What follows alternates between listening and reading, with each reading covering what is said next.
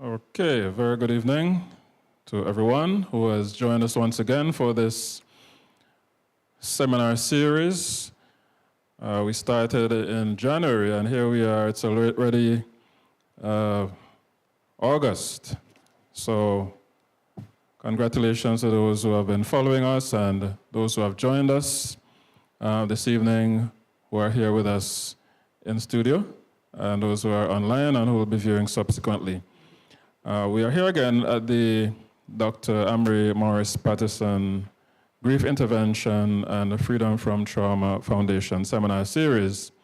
And we're looking at a number of issues relating to mental health and mental and spiritual well-being, touching on these issues relevant to our society. And this week, or this month, sorry, we are going to be looking at the topic,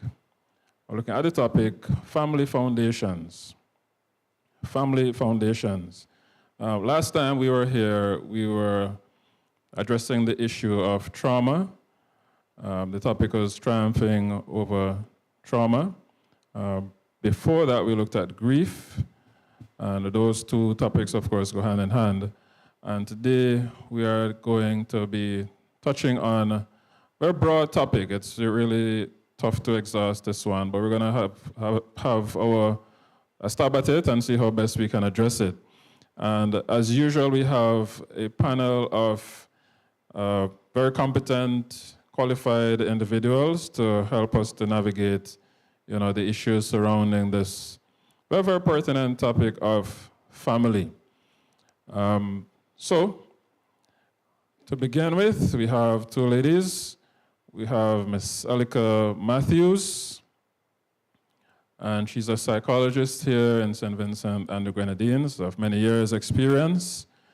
Next to her, we have Mrs. Chanel Ned Noel. She's a social worker with the Mental Health Rehabilitation Center. And next to Mrs. Noel, we have Mr. Colville Thorpe, who is a counselor, a school counselor, psychologist. And last but not least, we have pastor and counselor Samuel Joyles, very experienced pastor and counselor with us. So we are outfitted this evening with quite a diverse panel with much experience. And I'm going to ask each panelist to do something before we get into the questions. I know each one of us comes from a family, so I'm going to ask them to introduce themselves, give a little opening remarks, and say where they fall in their family, however they choose to define that for us. All right? So let's go with that.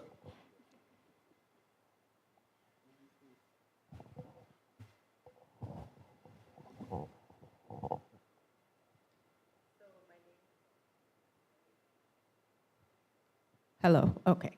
So my name is Elika Matthews, as noted before, trained psychologist. I also work within the Ministry of Health, Wellness, and the Environment as a counselor. Family, I am a Matthews from lovely Gome. Where do I fall within the family? I am the second child, so second of three. I'm right in the middle. I'm a daughter, sister, aunt, niece. I'm all around. All of those. All right, good. All right, so my name is Miss Chanel Ned Noel. I am from Richland Park. In the lineup, I am the last child of four. So as they say, we are always spoiled. We get what we want. I don't know about all of that, but as Alika say, I'm everything and above. Okay, great. Thank you. Good evening, everyone. As was said, my name is Colville Thorpe. I had a distinct pleasure, I'll say pleasure, of being raised by both of my biological parents. So I grew up with my mom and dad. I am the lone son and middle child. So I have an older sister and a younger sister. And yes, I didn't fall in there. People say, where they fall in the family. I didn't fall. right? I grew up You're placed. placed, right? So that's it. All right. Good evening. I'm Samuel Joyles. In a family of 5 siblings, I'm the 4th. And I grew up with father and stepmother, with my mother playing supportive role. It's a quite an interesting story, but that's for another time. Okay, well, we'll bring you on for a special session on that one. Personally, actually, I'm the oldest of 5 siblings. So I have 2 brothers, 2 sisters. Grew up with both parents, thankfully. Not something that you have to count a privilege sometimes these days. Very big extended family. So it's been a very good learning experience. And of course, being the oldest, there are certain expectations of you. But you also learn that you learn a lot from your younger siblings as well. But it's a good family to be a part of. When we talk about family, it's one of those things that the sort of mantra that you hear very often is, when it comes to a lot of social issues, it tends to go back to the home, or we often say, or we attribute a lot of the issues to problems in the home, or the foundational base of society, something going wrong with the home. I was noting to the panelists before we got started here. Here in St. Vincent, there's a column, an advice column, Just Ask Old George. Most Vincentians will know this column, and on this particular issue of the newspaper, the first question that was asked of Old George was captioned, "No support from the fathers." And it said, "The opening of school is fast approaching, and I do not know how I am going to make it to send my 3 children to school. Each of them has a different father, and none of them gives any support, even if I beg them. The reason they give for not supporting is that I am living with another man who has also refused to offer any support since, as he said, he is not the father of any of the children. I'm not working, but my boyfriend is, and it hurts me that he has taken this hands-off approach. I am in a bind and need your advice." Now, maybe the panelists will weigh in on this in a bit, but I just raise this to say, a lot of times when I read the paper, or whether the hard copy or wherever, read the news, I've been tending to look at these news items from the point of view of, and I'm sure a lot of us ask ourselves this question too, what was the family background that may have led?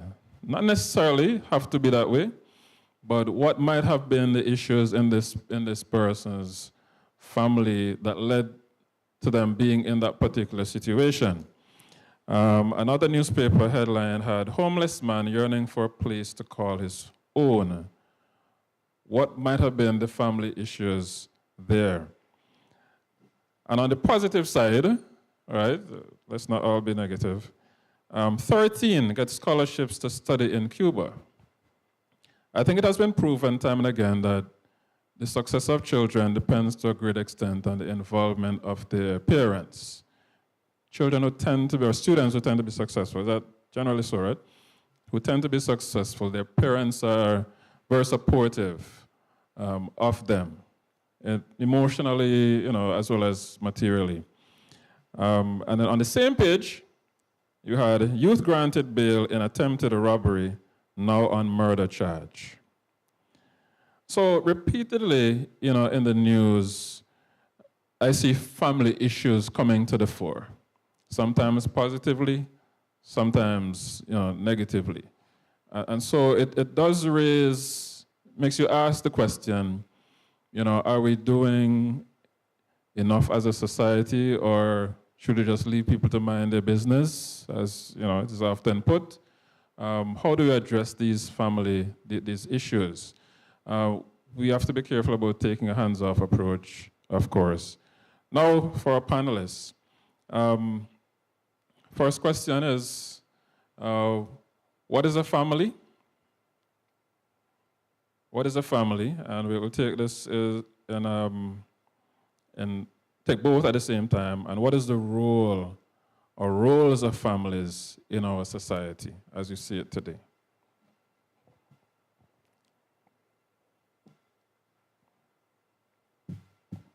So for me, a family is a social unit.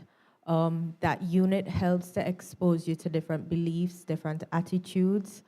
When we think of family, I don't want persons to go to the traditional nuclear family, mother, father, children, because that may not necessarily be the case. Sometimes it's a mother and a son, a mother and a daughter, aunt, and a niece and nephew. So we have to be mindful when defining family, because we don't want to put it in a particular bracket that makes people feel like what I have now is not family. It's not family, yeah. So when you think about family, they're exposing you to different things within life.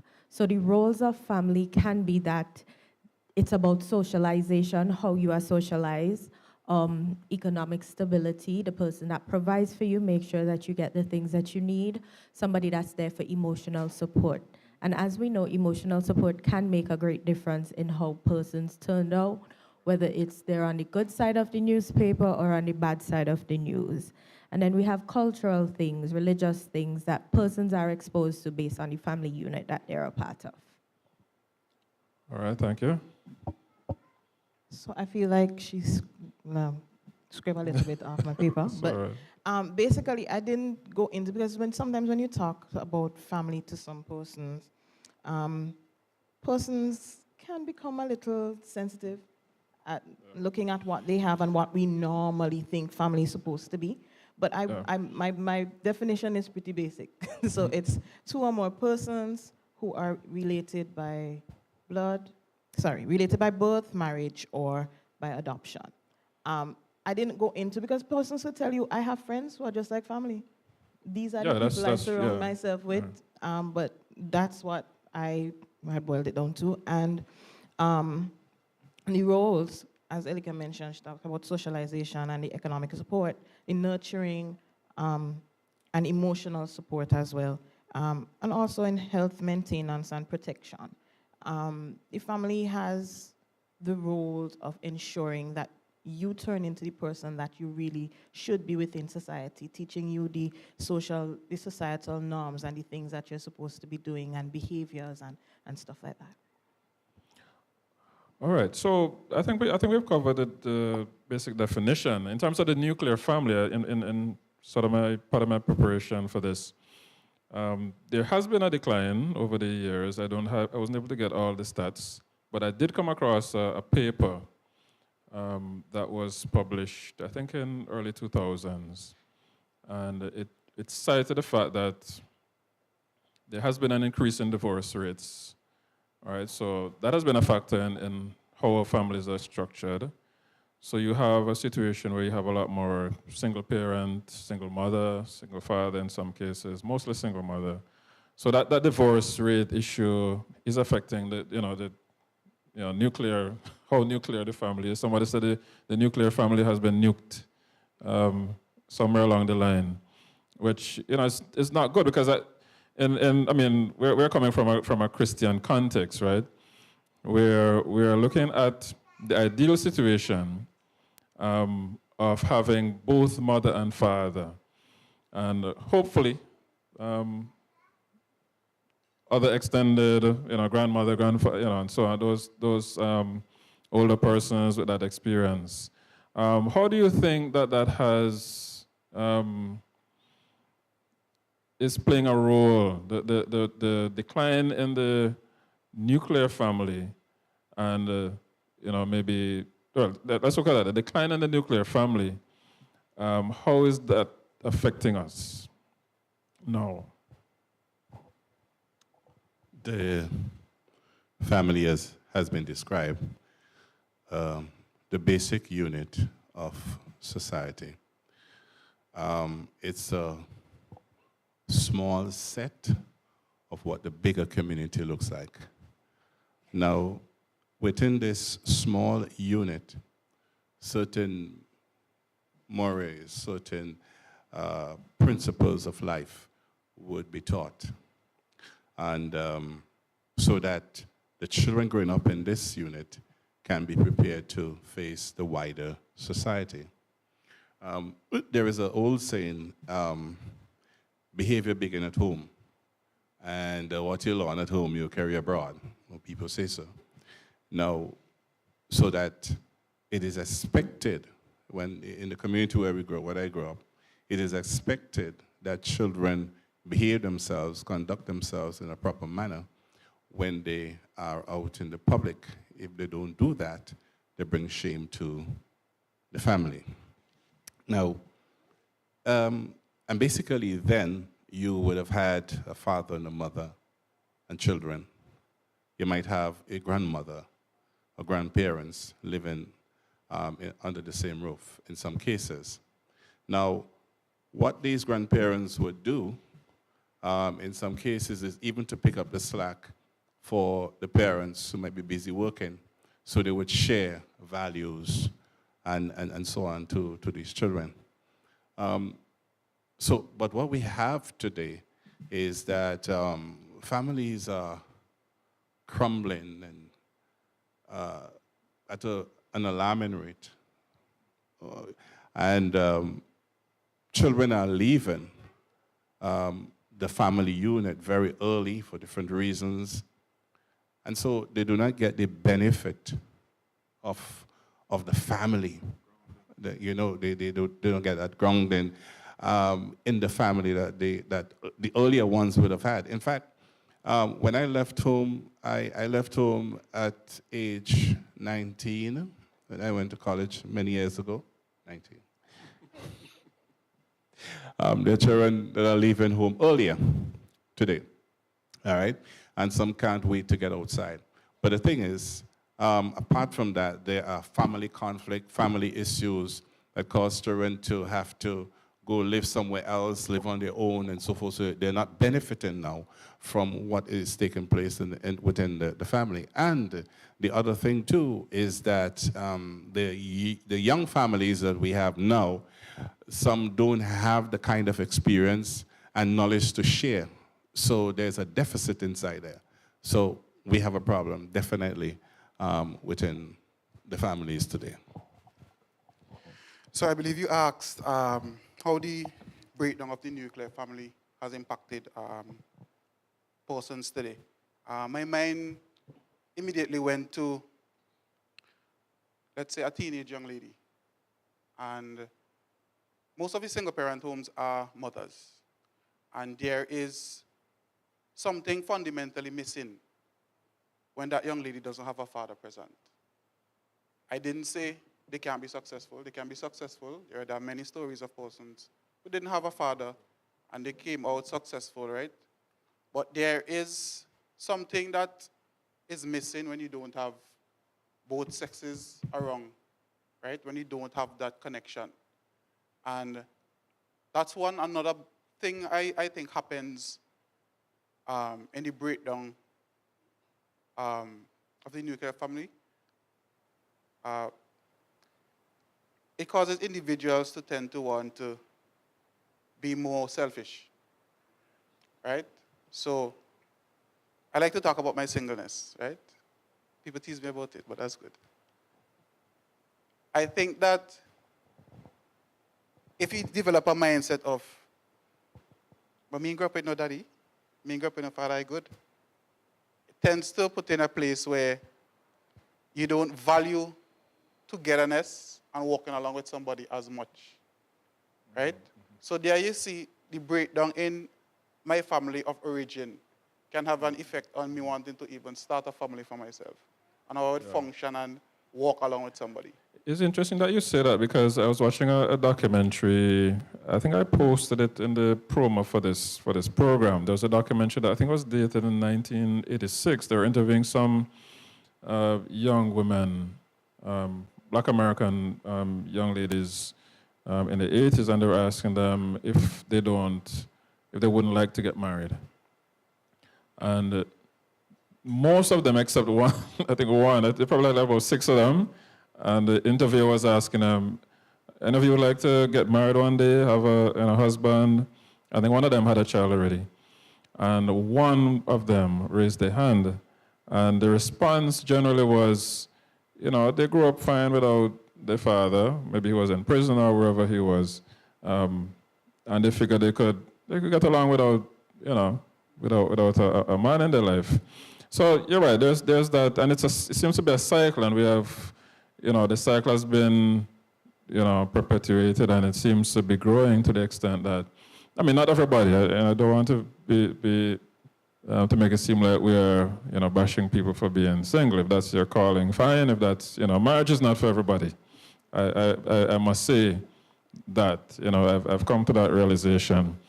But we have reached a situation where it is being downplayed, I think, to the detriment of society. Now, recently, it became news in St. Vincent when it was noted by the Prime Minister. I don't know if this was, don't fact check me here,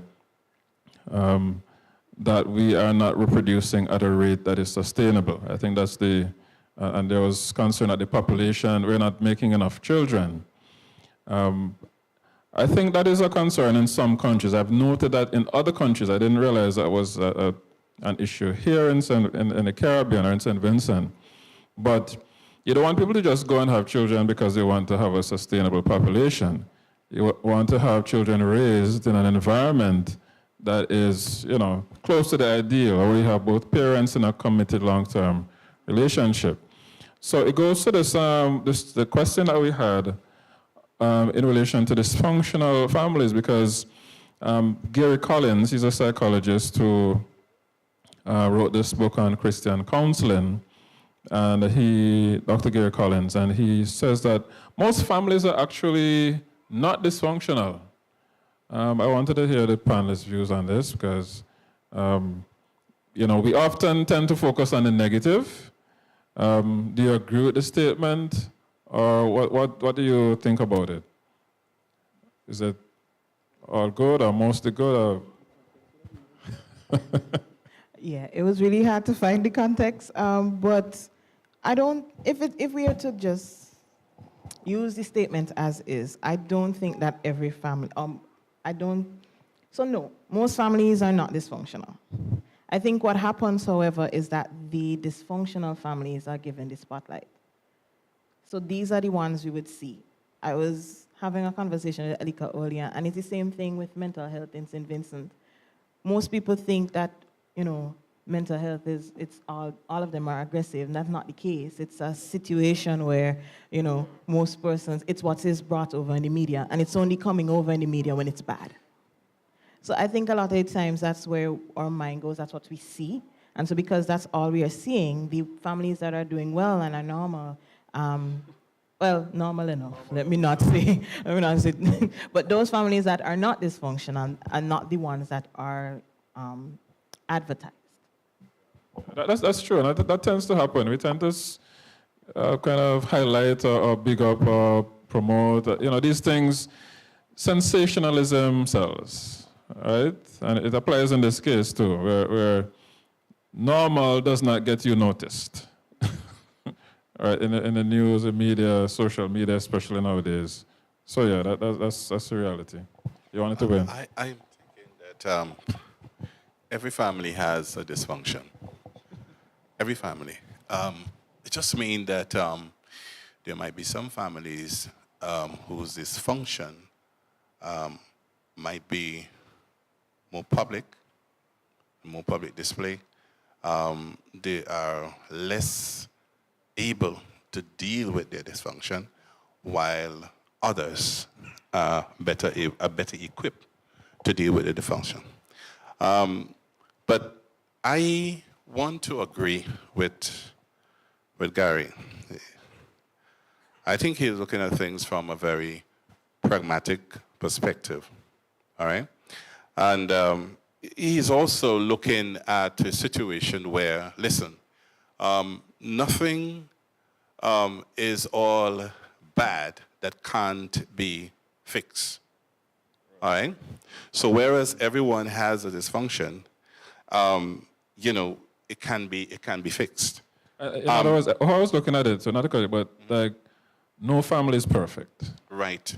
You know, nobody can say, oh, we have the perfect families. So every family has some kind of issue, right? So, yeah. Okay. So the other thing to keep in mind is that some families get off to a good start because they would have had a good foundation from grandparents and so forth. You get some lands, you know, you have better relationships and so forth. And there are others who would have to struggle from the very beginning.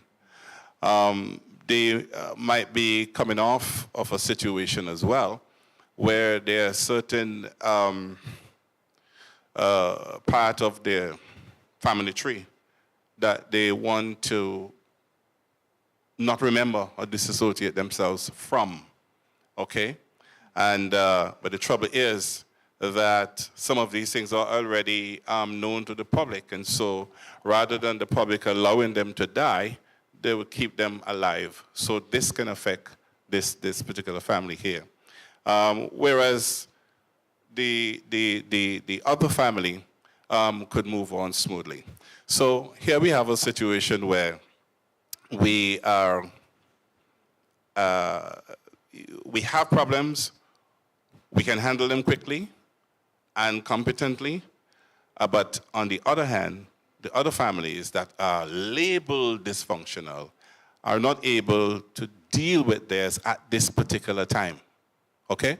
But who to know that some of those that we look at and say, oh, they're doing well, they're very dysfunctional. You know, I came across a video clip the other day as you talk about, you know, family issues becoming public and so on. And this was a video clip of Kirk Franklin, very well-known gospel singer. And he was being very open about his relationship with his mother and the fact that he does not speak with his mother because of, you know, something that had happened in the family in the past. He had attempted to do some intervention for one of his siblings, and they had a family meeting, and there was, you know, a confrontation, and you know, things did not end well, and it caused some estrangement between him and his mother. And it says to us that, you know, just to add to what you're saying there, that, you know, we have things may every family has issues, and it's persons who might seem to have it all together and they're otherwise very successful may still have challenges, you know, dealing with, you know, confronting family issues. I mean, a lot of us who maybe as adults, you know, it's maybe still difficult to address issues with our parents, right? So, you know, the dynamics of family relationships is like a lifelong, you know, kind of thing, right? You find that families, you know, getting disputes over land, over, you know, as old as they get, right? So family issues are, you know, are things that we need to constantly, it seems like we always need a refresher or to be working on. This is the way I think one counselor put it, where it is not a static thing. And you cannot, no successful family really is able to become successful by being complacent. You will have to constantly be working on maintaining those family bonds, and we can look at specific ways in which we can do that. Now, we want to look at what are some of the factors, good, bad, or neutral, shaping or influencing our families. I think we indirectly touched on a couple, but we'll hear from our panelists. What are some of these factors? So one of the first things, for somebody who is older than Google, I'm going to start by saying technology. Technology is one of the big influencers of families. One, it gives a depiction of what family should look like, and it doesn't necessarily fit into the context of what everybody would consider a family. Two, you have families where technology are now raising children. And in part, that is crippling certain beliefs, certain values, certain religious practices, because they're exposed to the extent of what is on that device. So technology, that is an influencing factor. So, okay, so the technology can be a good factor or a bad? It can be good and bad. Okay. Technology exposes you to more. So whereas technology exposes you to more, and it could be negative, it can also be a positive thing.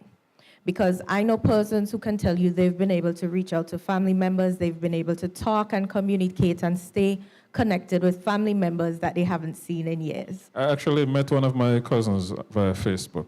Exactly. And we got in touch that way. Before I met her in person, I met her online, yeah. So I think all of us can tell you a story about somebody who messaged us on Facebook and said, I think we're related.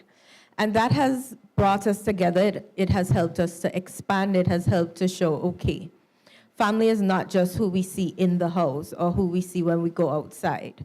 Family is across the world. But we also have to be mindful that in the use of technology, that also exposes you to different things. Persons have to be very mindful of letting technology raise their children, because that can be a breakdown within families. Family members, mothers, fathers, aunts, uncles, grandmothers can do as much as they can and try to raise a child up. But if you continually expose them to something else, that can also influence them as well.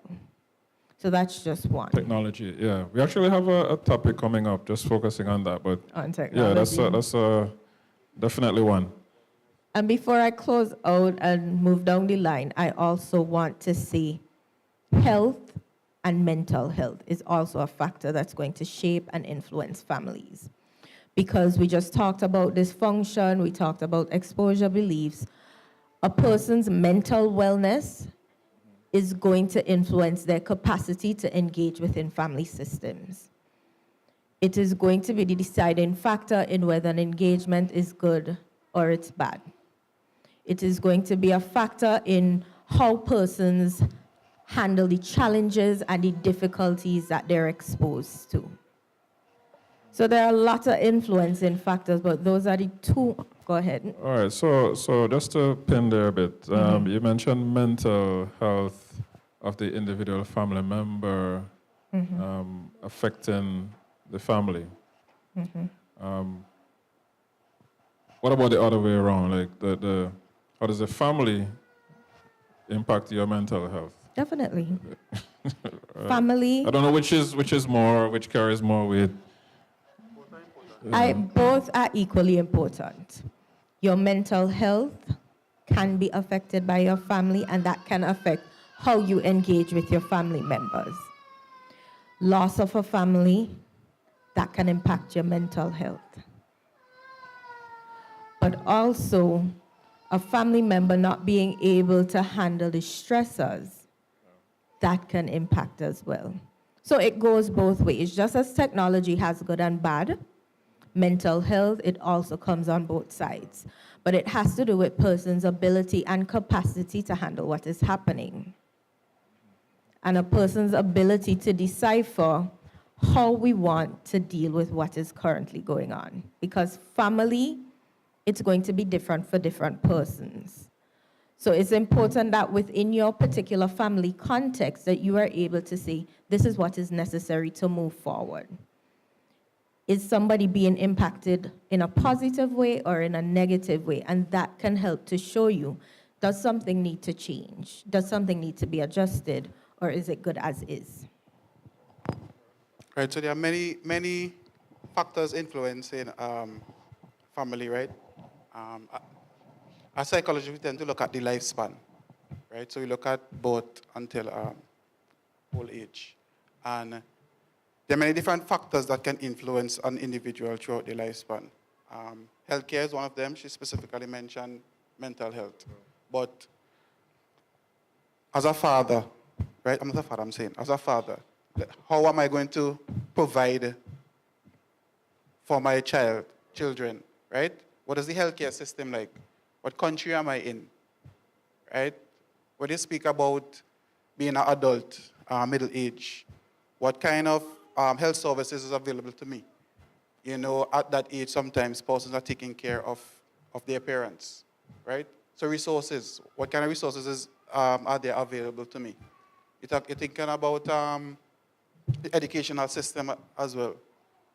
How the space that I'm in, the education that I can afford to give to my son or daughter, that is also going to affect family, right? Functioning. One of the big things that I see that influences family is culture and the many different subcultures that we have, right? So for example, St. Vincent, there's a culture within St. Vincent by itself. In that, there's a subculture of Christians. A subculture, again, of Seventh-day Adventists.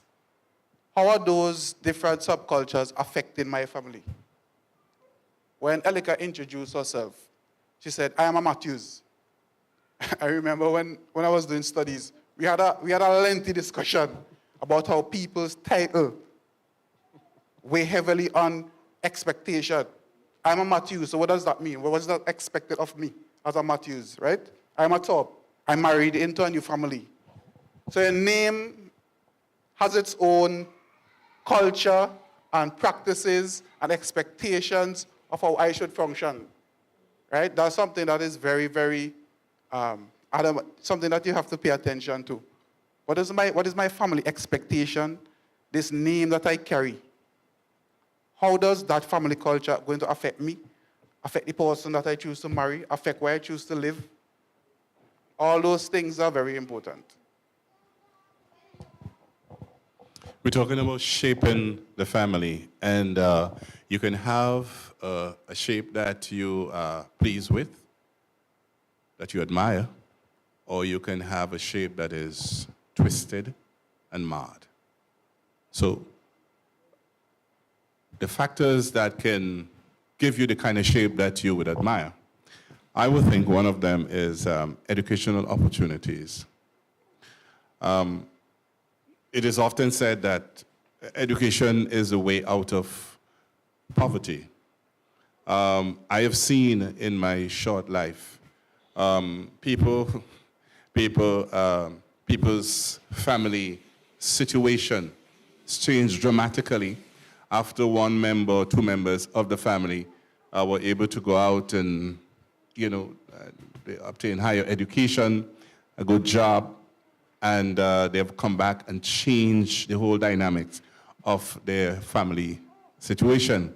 So they knock down the boathouse and they build a nice structure for family, for their parents, and so things look differently. Outside of that opportunity, they would not have been able to do that. Matthews mentioned mental health, and I would say here, unmanaged or untreated mental issues can create serious problems and twist your family out of control. And you mentioned the things there. You can stress out those who are not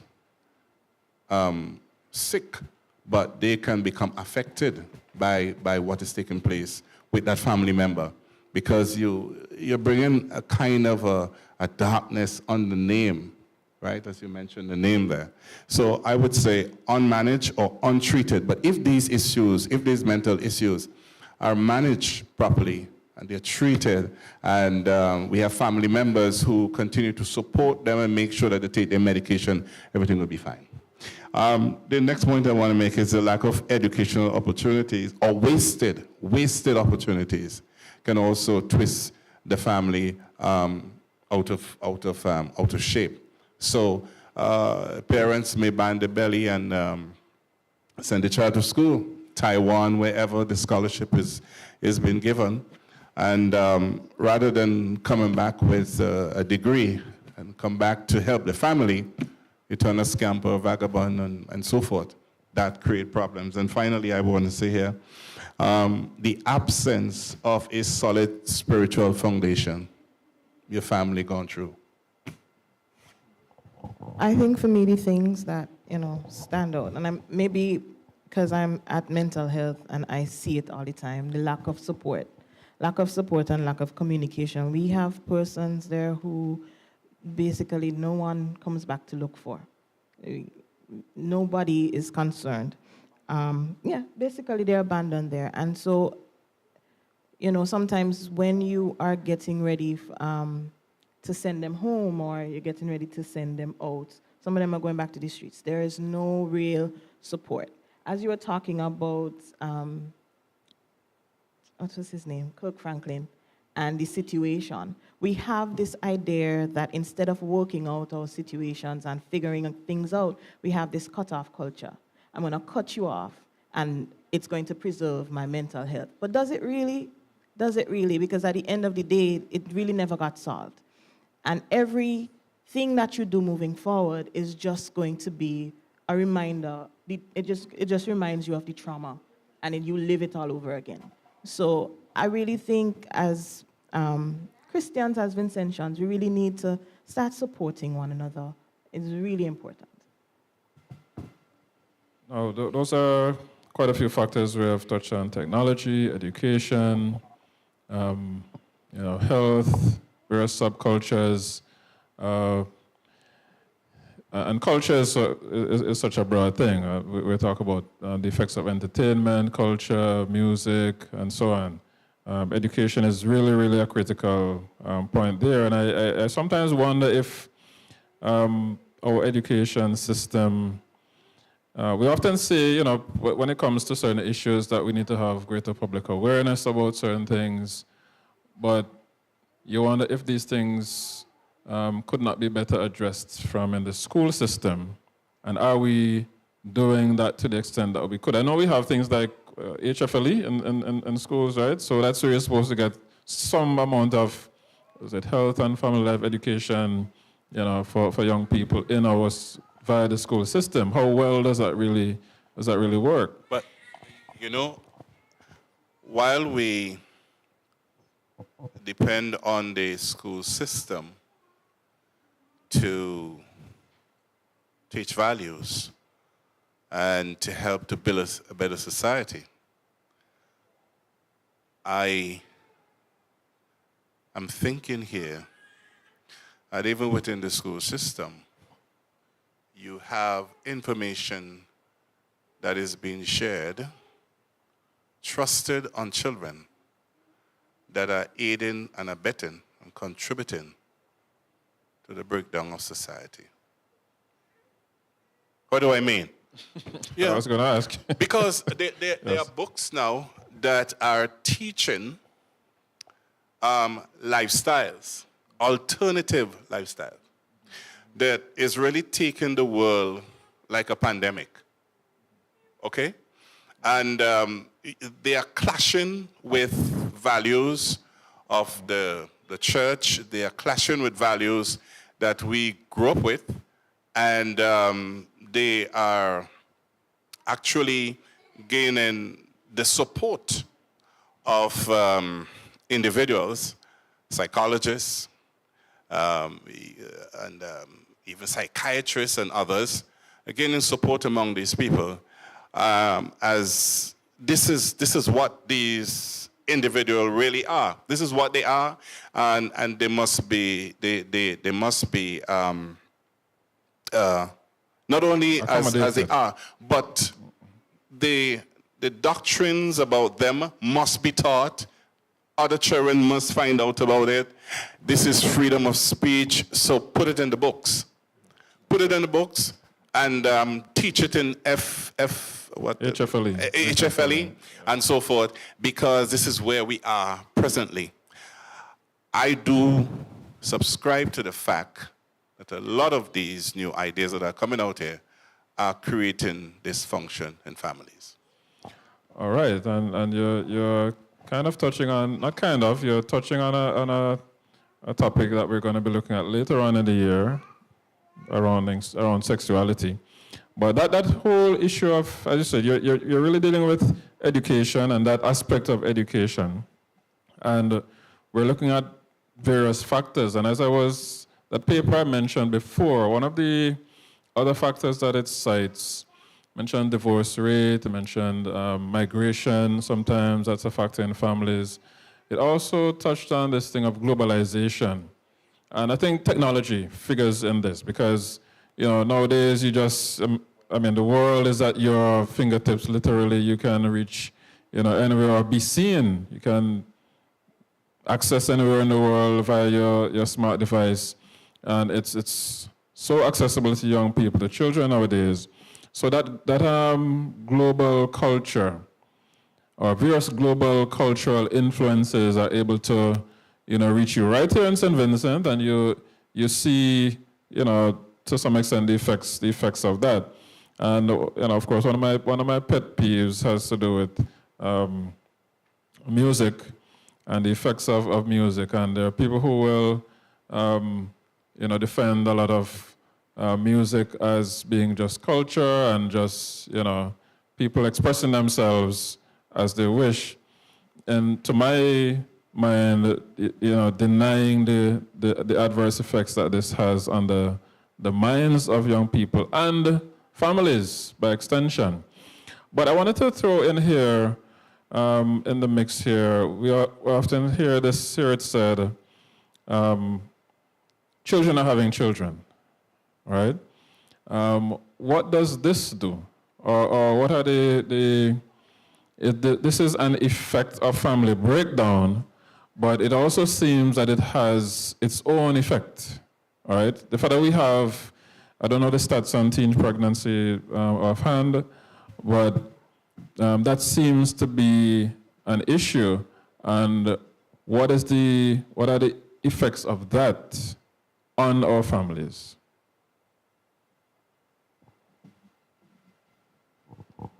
Or potential effects? So children having children is definitely going to break down the family system. I'm pretty sure everybody here can say they've learned certain values, certain tradition, certain family skills at a particular age. They were able to be ingrained in a wholesome, that might not be the best word, but that's the one that comes to mind right now, a wholesome family unit that taught us different things. And by children having children, they have not yet learned what are some of the values and beliefs they would like to pass down.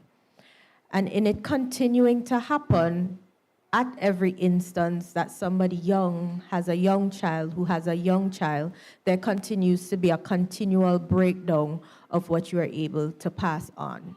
Because you switch from being the person who is able to learn, who is able to take in, to being the person who has to teach somebody else.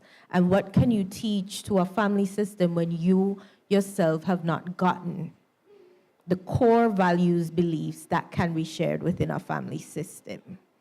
So when you think about young people having children, and not just that, having children and not having that support mechanism, because a lot of them would say, when that happened to me, when I had a child at a young age, my family completely cut me off, or my family said that is now your problem to deal with.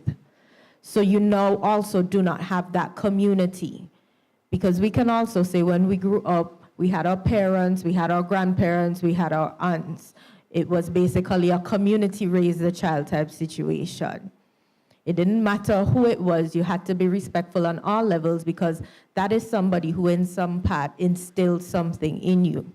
But if now when persons have a child at a young age, you're saying that is now your issue to have and not let us see how we can best raise this child and help you to grow so that this child can learn what the family dynamic is so that they don't end up in the same situation, but they're able to create a better family for themselves. I must say, I'm the product of a teen mother. My mom was a teen. When we talk about, but thanks be to God, you know, she made it through, and my father stuck around, and you know, they subsequently had 4 other children. So we're all 5 of us from the same parents. But whenever I hear about a teen pregnancy, I'm led to ask the question, you know, who is the father? Very often the father is not another teen. Maybe somebody much older. And it goes to the, you know, some serious issues there, you know, family court type issues, right? And it says that we have to address, you know, not just the young people, but a certain demographic maybe in our population that is taking advantage of young girls in our society. And that figures very much in this whole family discussion, because as you said, we are potentially perpetuating, you know, very, very negative you know, factors in the society that are going to spiral and create more and more problems, you know, for us to solve as a society. So there's a model as we try to come to the halfway mark here. There's a model that Gary Collins mentions in his discussion on family. He calls it the ABC=X model of family stress. All right, we mentioned before that no family is perfect. Every family has their challenges that they have to grapple with. Now, ABC=X means that, I mean, the A is for stressful events. Think of an event, think of your family, and an event that your family has had to grapple with. All right, so A is that stressful event. B is the resources that your family has to deal with that stressful event. C is the perspective of the family members in addressing that issue. And then X is the severity of the crisis that your family is facing. So those 3 factors combined determine how serious or how serious the severe the crisis is, or how well your family, you know, grapples with it. So the stressfulness, the particular stressfulness of the event, the resources of your family, and the outlook that each family member brings to that particular issue. All right. So the question for the panelists then is, you know, families face various crises. I'm not asking you to cite a personal, you know, situation. You could if you want, right? But you know, how do families wrestle with, you know, when a real crisis issue comes? The last 2 topics we were looking at, grief and trauma, all right? How do you advise families in terms of mental health? That's a crisis for a family, all right? And you mentioned the issues that families have in dealing with family members who are experiencing mental health crises. You know, so how do families leverage the resources that they have? How do we get the families the resources if they lack them, all right, to deal with crises that the families may face? I know it's a big question. It's a broad question because it could touch on many different issues, but let's see how we can help persons to address this.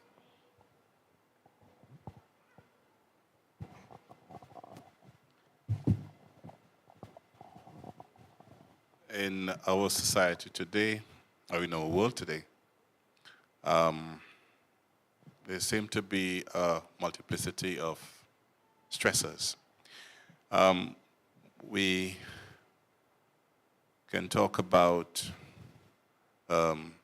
parents being very dissatisfied and upset with children whom they have tried their best with and didn't turn out anything.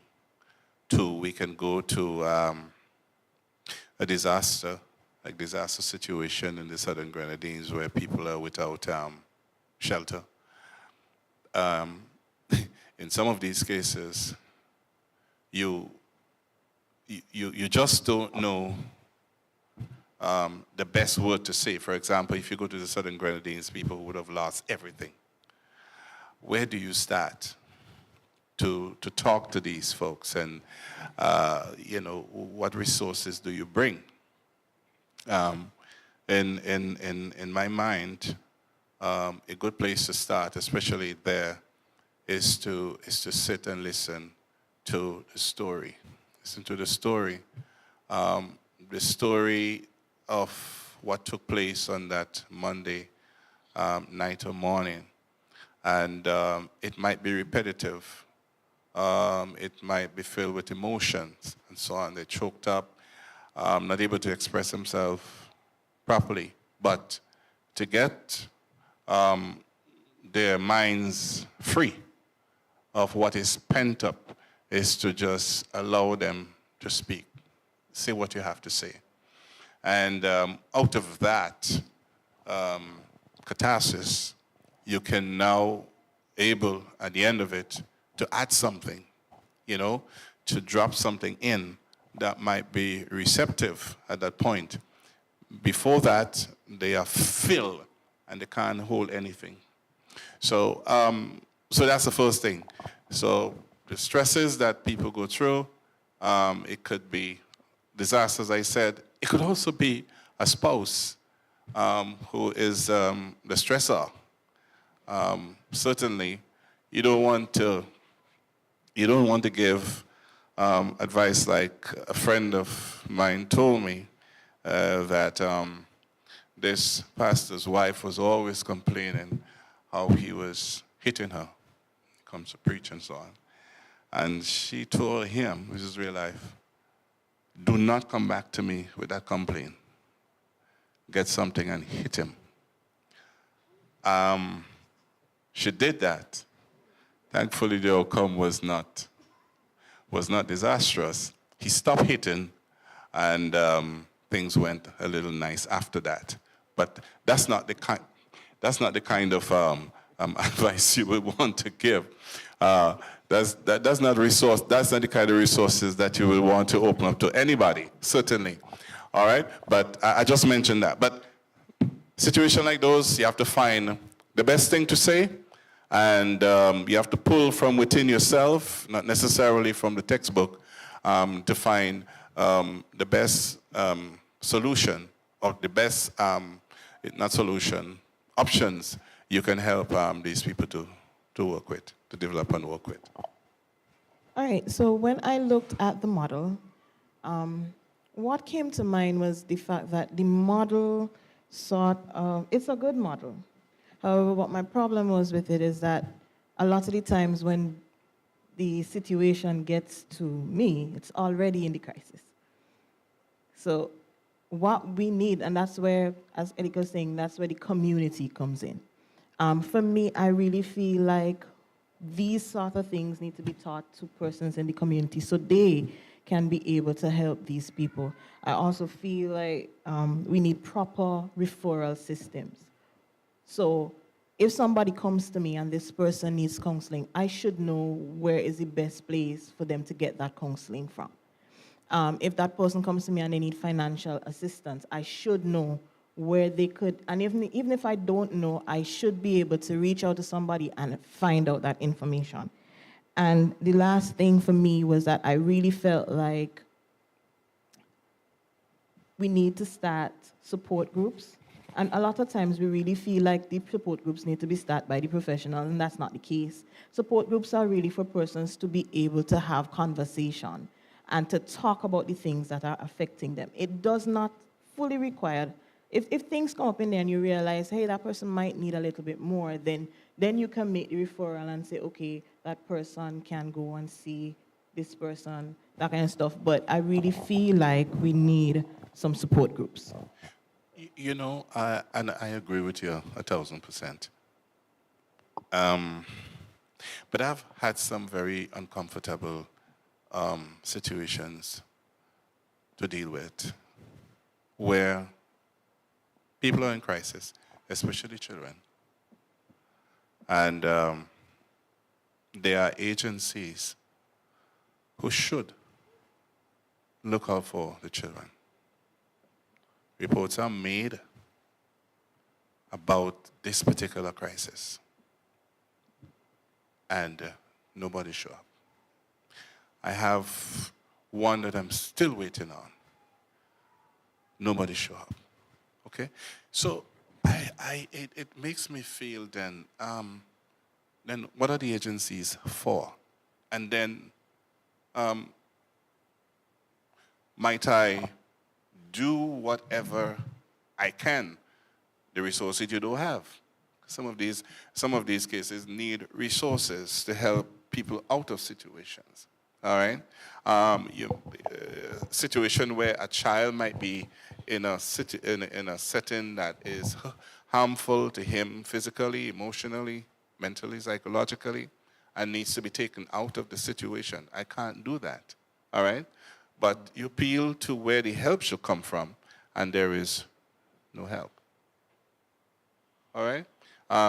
Other than that, sometimes you look at the persons who are supposed to provide the help, but you're saying to yourself, if this person should intervene, rather than helping, they're going to be part of the problem.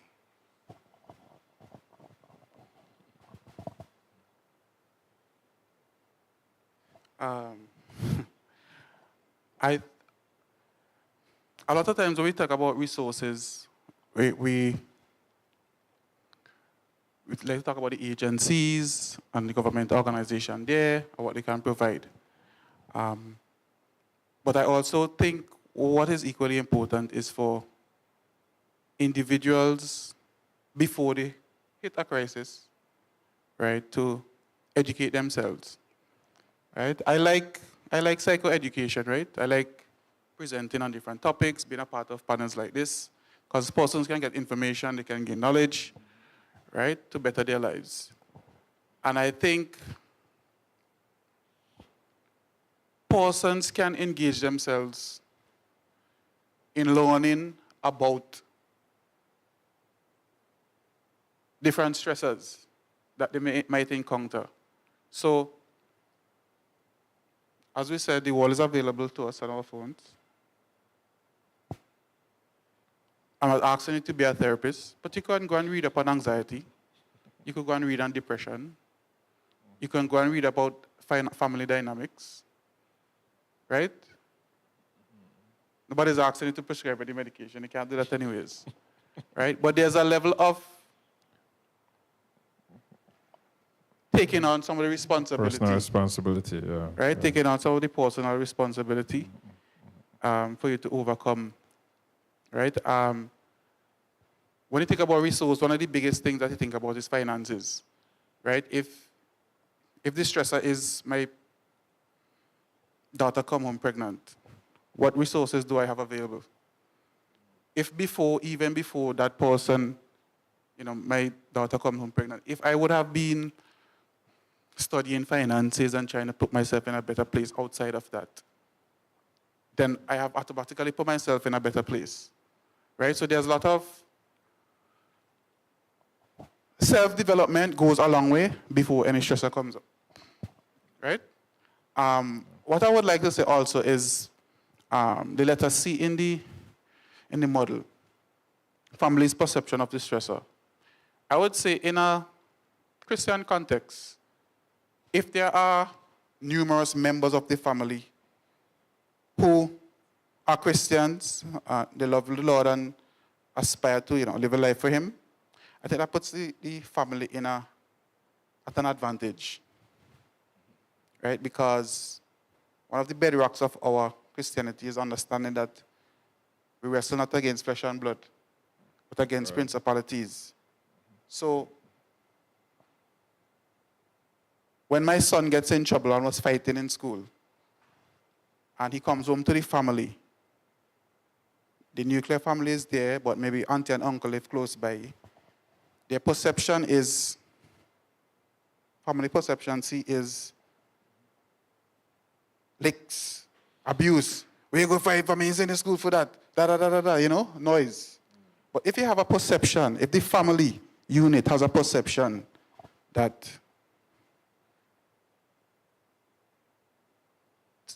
it's more than just this behavior, then they have a frame of, son, come, let's sit down and talk. Right? And by doing that, they could understand, you know, I really didn't think of that. New information is gotten from that. Right? So I think when you have a family of Christians, you're supposed to, at least anyways, have an advantage.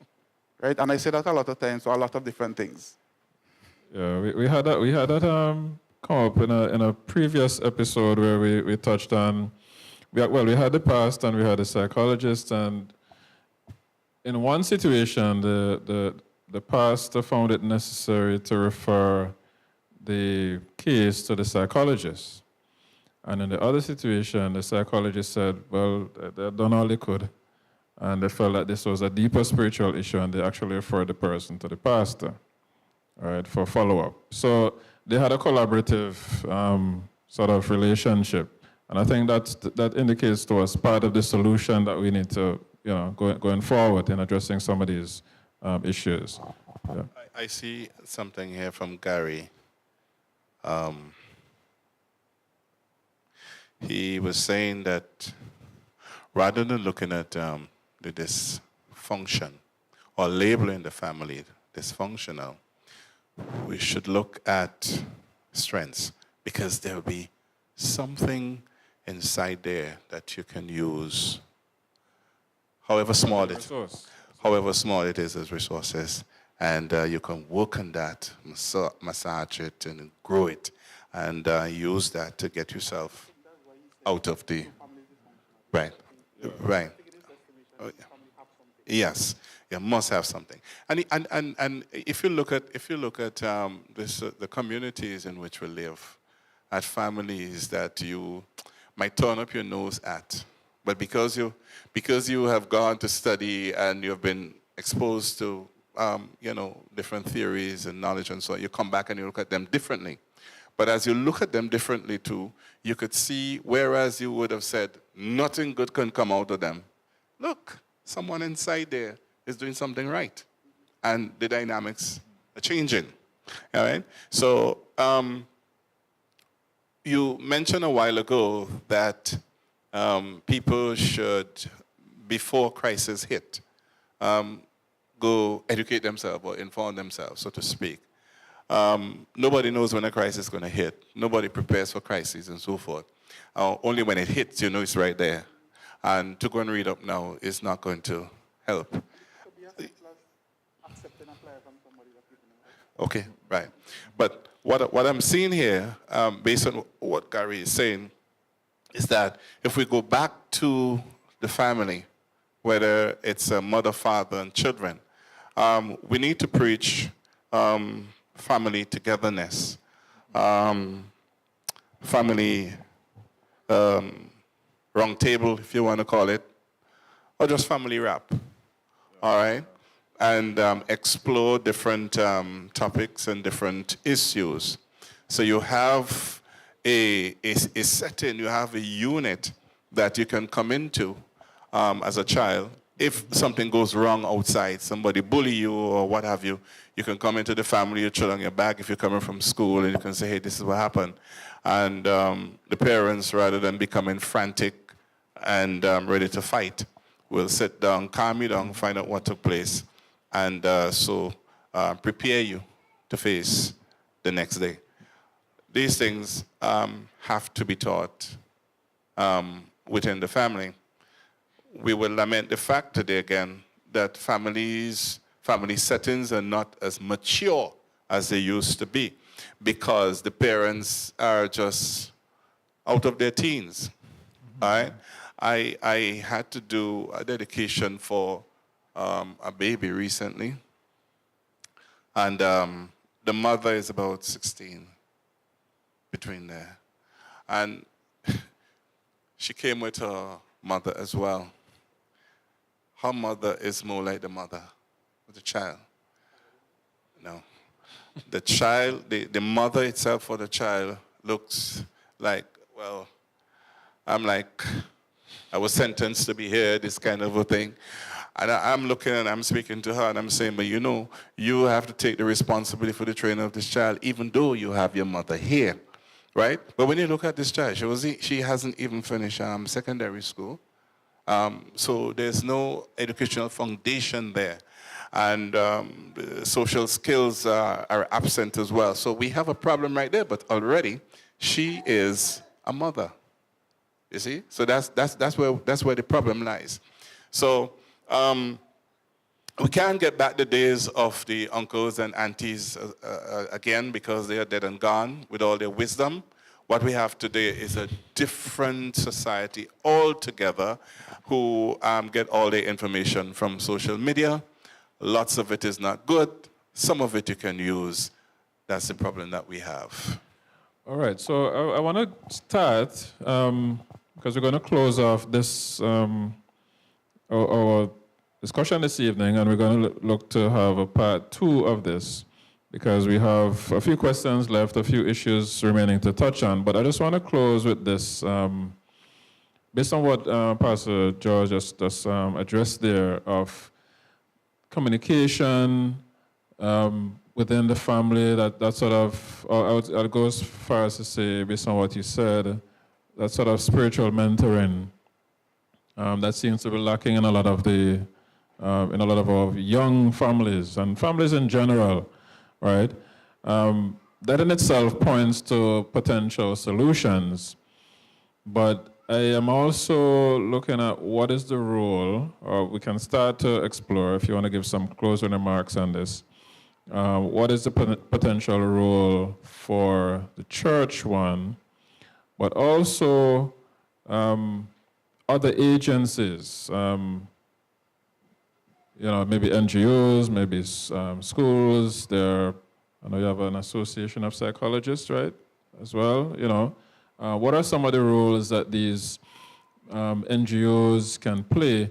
I know Colville said, persons must take some responsibility, but you know how that is. I mean, the reality is that we have some real crisis situations in front of us, and we do have to see what we can do to help persons to help themselves as best as possible. So how do we begin to go about doing that so that we can head off some of these potential issues regarding families? The church is a good place to start. We grew up with our basic values coming from the church setting, from a spiritual standpoint. You've been taught how to pray. You are sentenced in some cases to church. You must go. There's no excuse for that. It's a friendly place for the most part, where you can teach, you can interact, and so forth. But that is fast changing. Sadly, that is fast changing. And what is also happening too, it is changing because of what is being taught and learned out there from social media and, even within the society, what people listen to, the music and all that. And so, whereas the church, you could have come in, you sit, and you're being taught certain things, and you believe, and you go home, and you said, yes, this is it. It is not so today. Everything is relative now. And secondly to that, we have exposure to different theories and philosophies in schools and universities.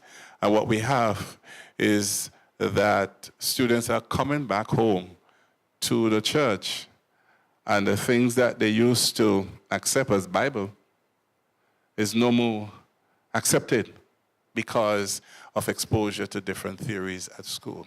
Now, so we as a church, we have to understand our role, and our role is to impart not only spiritual knowledge, but also the views as it relates to social development, social life, and so forth, marriage, relationships, and all that. we have to stand for these principles, or else if we don't, everything will just fall apart. It's a struggle to do that, but the church has this role as the, how do you say, the vanguard. They have to make sure that they keep the guardrails up. So that's the role of the church. The psychologists and others, they have their role as well. Sometimes they conflict with each other, or they tangle with each other, but the church has to maintain its stance in society and continue to do its part in holding the society together. And I do believe it is the church, the power of God, that is really holding the fabric of society still together. All right, thanks. So we'll get some closing comments, closing remarks from the other panelists, and I will call part one done. Yeah. So Mr. Jaws talked about the church, and by extension, we also have to think about the community. And the community has to make sure that they have support groups, initiatives that bring the family unit back together. In addition, making sure that there's education about parenting, mental health services, coping mechanism that helps to improve the family unit. It's important that we foster bonding and activities that bring the family unit together. Yes, the church has a responsibility, community has a responsibility, policies have responsibility, different institutions, but we have to make sure it caters to specific things because yes, they may be there, but we also have to make sure it's encouraging for families to want to engage with them. Because we have a society where we're like, we don't want people in our business. So when something goes left within the family circle, we kind of keep it within the home, knowing that you don't have capacity to handle what is happening. And we have to have a society where we have that literacy as it relates to family and the family unit and the social systems, that sometimes things are going to be outside of your ability to cope, and you have to be able to reach out so that you can mold get help, properly yeah. family systems and get the necessary help that you need. Thank you. That's good. All right, so for me, I think I hear Pastor Jaws, but sometimes I think we get lost along the way. As a church, we need to give persons the opportunity to thrive. You can't keep reminding them every time they walk into the church doors of what they did. We sometimes hold people back by not allowing them to do the things that are necessary. Like, I have known of situations where young ladies would have gotten themselves into a little bit of trouble and got pregnant. You know, they're still trying to come to church, but you could see it on the faces, the people that are sitting next to them, they're watching them up and down, and you're making them feel much worse in coming to church than, you know. So sometimes I just feel like we have to give them that opportunity to at least try and keep coming. Be nice. It doesn't kill us to be nice, you know. Give a smile, give an encouraging word. It does not mean that you have to, you know, be all up in their space, but sometimes invite them to lunch. We don't even know what's happening in this child's life. We don't know what's going on. Invite them to lunch, give them a meal, give them the opportunity to probably see what structure a family is really supposed to have. Give them, you know, give them that opportunity. Yeah, good point. For me, I would personalize and say what I can do is continue to be a part of panels like this, where I can share information, and also to make sure I execute my job well.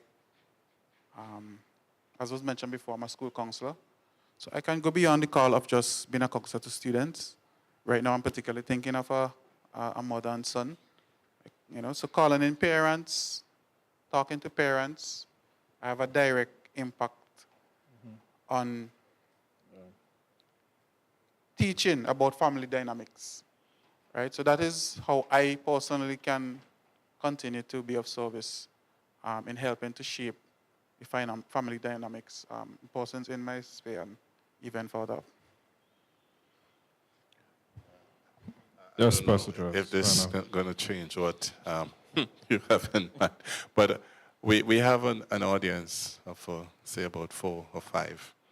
And, you know, as you mentioned that, I'm wondering if we can have individuals, you know, the parents and, you know, youths who will join in so we can have, rather than a round table, and an open forum discussion from time to time. So we invite people to come in, fill this place up, and let's interact. Because in there, they're going to be real people with real problems who need real solutions. So maybe that's something we can look at going forward. Yes, we definitely look at that. Some worthwhile points have been raised this evening. I trust that we have learned something or been reminded of some useful information. The challenges that face our families are many. As we have highlighted this evening, we looked at what exactly is a family, the roles, various roles that families play, some of the issues that affect our families. The fact that our families, no family is perfect. Each family has to deal with various issues, but all our families are connected in some way or the other. So we cannot simply ignore our neighbors.